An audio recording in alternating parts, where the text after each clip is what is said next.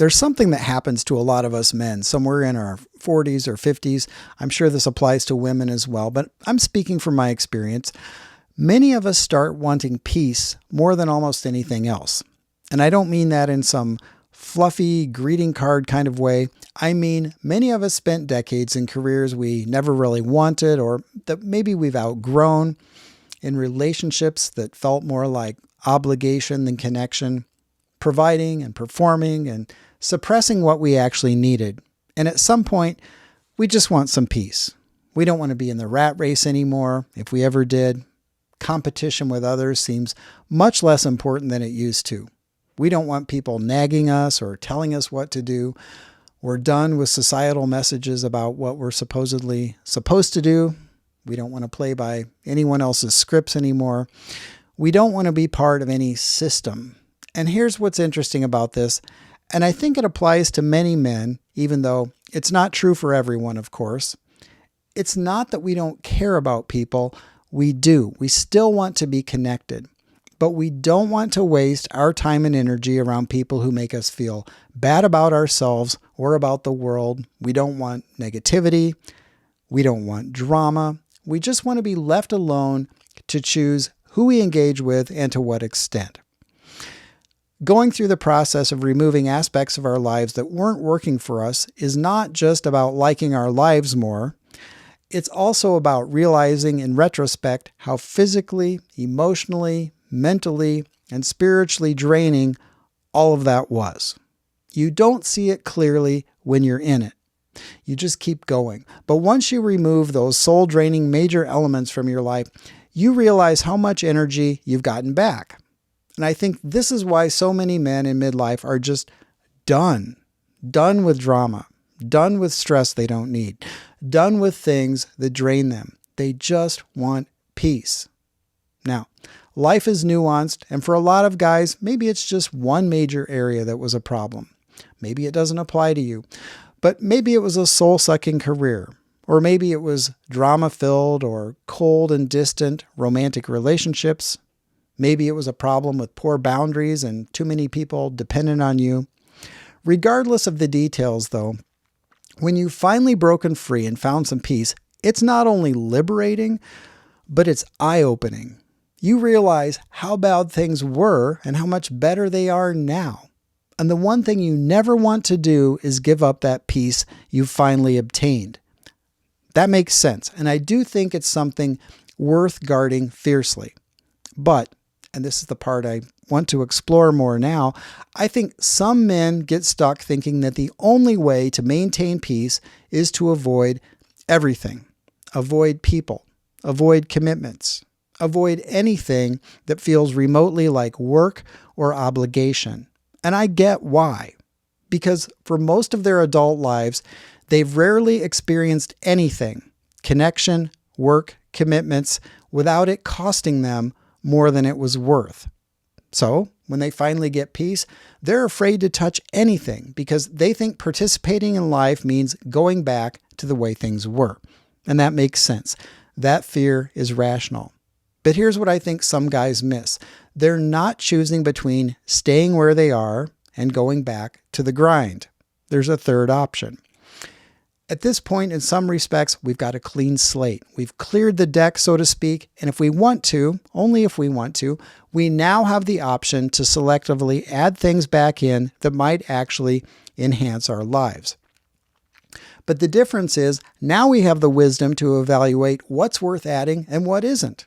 We have discernment we didn't have before.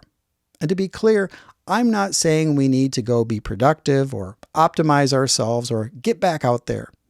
That's not what I'm saying at all. This is not about the self-improvement treadmill. What I'm saying is this. If you've spent decades learning that everything costs more than it's worth, then every commitment felt like it was draining you. And that taught you to protect yourself. But here's the important point. The reason everything cost so much wasn't necessarily because engagement itself was the problem. It was because you didn't have the wisdom yet to know what was worth the cost and what wasn't, or how some things were going to cost you a lot more than you thought. Before, we may have said yes to things because we thought we should, because we were conditioned to perform, because we didn't know how to evaluate whether something actually aligned with us or not. We didn't have the filter. We were just reacting to expectations, to obligations, to what other people wanted from us. But now we know what drains us. We know what performance feels like versus what genuine desire feels like. We know the difference between obligation and actual connection.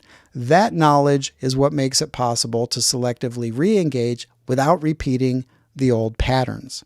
So when I say we're sitting on a blank canvas, I mean we finally have the ability to choose what goes on it, if anything. Some men might look at that canvas and decide they don't want to add anything to it, and that's perfectly fine. Really, there's nothing wrong with staying exactly where you are. Just protecting your peace is legitimate. But here's the blind spot some guys have that costs them opportunity. They don't appreciate the wisdom they've gained. They don't realize how much more skillfully they can navigate opportunities in life now. They don't trust themselves enough to make good decisions that won't allow the peace-robbing people and situations back into their lives. Therefore, they're at risk of letting fear keep them from opportunities that could significantly enhance their lives. Let me give you a few examples of what I mean. Maybe you've been keeping everyone at arm's length because the friendships you had were mostly built around work or blowing off steam, but now you find yourself wondering what it'd be like to have a friendship where you don't have to wear a mask. Not to sit around and process feelings all day, but to actually say something real once in a while and know it won't be judged or used against you. Someone you can actually trust. Or maybe you've been avoiding any kind of project because your career was all about other people's metrics and expectations. But now you might have something you actually want to build or learn, and if it turns into something that makes money, great. But that's not why you're doing it. You're doing it because it genuinely interests you and you finally have the space to pursue it on your own terms. Maybe it's woodworking or learning an instrument or writing or fixing old cars. Whatever it is, you can explore it without answering to anyone about whether it's worth it or practical. You get to decide that. Or maybe you've been avoiding dating or relationships entirely because the last one or the last several left you feeling like you were just a provider or a problem solver, never actually seen for who you are. The safest move feels like staying solo. And look, if you've genuinely decided that's what you want, that's completely legitimate. Nothing wrong with it. But if part of you wonders whether there might be someone out there who would actually appreciate you instead of just needing things from you, someone where the relationship doesn't feel like another job you didn't apply for, then maybe it's worth considering that now you know what red flags look like. You know what drains you. You're not the same guy who missed those signs before. You don't have to jump into anything, but you also don't have to rule it out just because past relationships trained you to think this is all there is. The point isn't that you should do any of these things. The point is that you have the option now and the wisdom to evaluate whether it's worth it. You're not the same person who got drained by everything. You've learned what to avoid. You've learned what matters. That's your foundation. So how do you know if something's worth exploring? Here's what I'd suggest. Start small. Don't commit to a whole new life. Just test it. See if it adds value without costing you your peace. If it starts feeling like obligation or performance, you can stop. You're not trapped anymore. That's the whole point. You have discernment now. You know what drains you and what doesn't. My hope is that you'll learn to start trusting that. And here's the key. Peace isn't the ceiling. It's the floor. Whatever you decide to add, if anything, has to be evaluated against that foundation. Does this enhance my life without disrupting my peace? Can I do this in a way that honors what I've learned about myself? If the answer is no, then don't do it. Simple as that. So ask yourself, if I wasn't afraid of losing this peace, if I knew I could protect it no matter what would I be curious about? What would I want to try? What would I want to experience? Not because it sounds impressive or productive, but because it actually interests me. You don't have to answer that question. You don't have to answer it at all, but it might be worth sitting with, because the life you've cleared space for isn't just about removing what was killing you.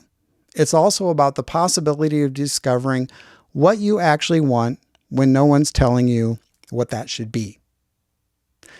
Let me know if you can relate to finding peace in an area of your life where you didn't used to have it and how that's affected you.